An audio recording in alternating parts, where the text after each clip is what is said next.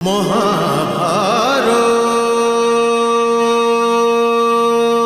সৌভাগ্যবতী হও পুত্রী। হে পুত্রী, নিকট অতীতে যা কিছু ঘটেছে তুমি সর্বদাই ভরত বংশের মান আর সম্মানের প্রতীক হিসাবে থাকবে, আর সম্মানীয় থাকবে। হে পিতামহ, ভরত বংশের মান সম্মান, তার মর্যাদার প্রতীক তো স্বয়ং আপনি। আর এটা আমার সৌভাগ্য যে আমি আপনার পৌত্রবধূ। আজ্ঞা দিন যে আপনার শরীর আর আপনার আঘাতকে দিনের রৌদ্র আর রাতের শিশির থেকে বাঁচানোর চেষ্টা করতে পারি। তার আগে আপনাকে একটা কষ্ট দিতে চাইছি।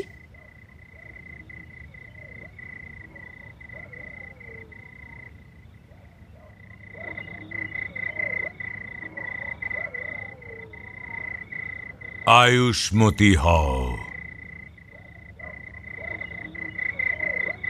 এই কন্যা কে পুত্রী? এ সুভদ্রানন্দন, অভিমন্যুর বধূ উত্তরা। রণভূমি কুলবধূর সাথে পরিচিত হবার সঠিক স্থান নয় পুত্রী, কিন্তু আমি তো প্রথমবার তোমার স্বামীর সাথেও এই রণভূমিতেই পরিচিত হয়েছি। হে পুত্রী, এটা তো জানি না যে এই যুদ্ধের পরে কে থাকবে আর কে থাকবে না, কিন্তু তোমার স্বামীর বাণের স্বাদ আমার শরীর ভালোই মনে রেখেছে। ওর যুবা অবস্থা দেখে আমার নিজের যুবা অবস্থার কথা মনে পড়ে গিয়েছিল পুত্রী। যদি আমার কাছে আয়ুর ভাণ্ডার থাকতো না পুত্রী, তবে আমি ওই সমস্ত ভাণ্ডার ওকেই দিয়ে দিতাম।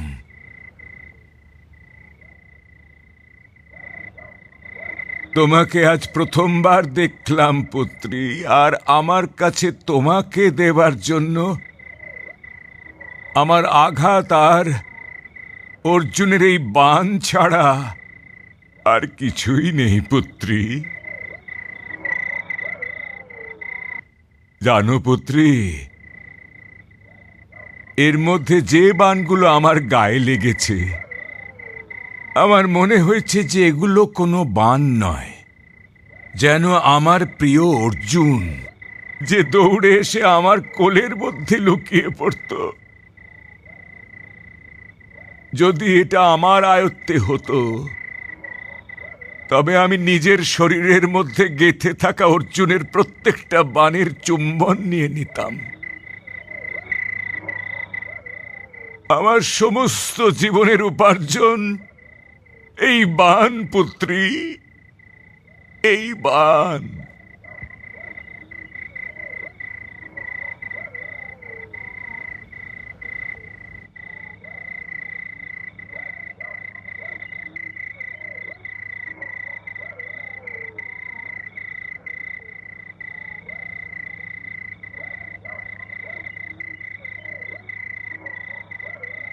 সুখে থাকো পুত্রী, সুখে থাকো। আমার প্রিয় অর্জুনকে বলো যে ও আমার বাণের কথা ভেবে মনে যেন কষ্ট না পায়। ও নিজের বাণ চালিয়ে নিজের কর্তব্য পালন করেছে, আর আমি ওর বাণ শরীরে নিয়ে নিজের কর্তব্য করেছি। মহাভারত।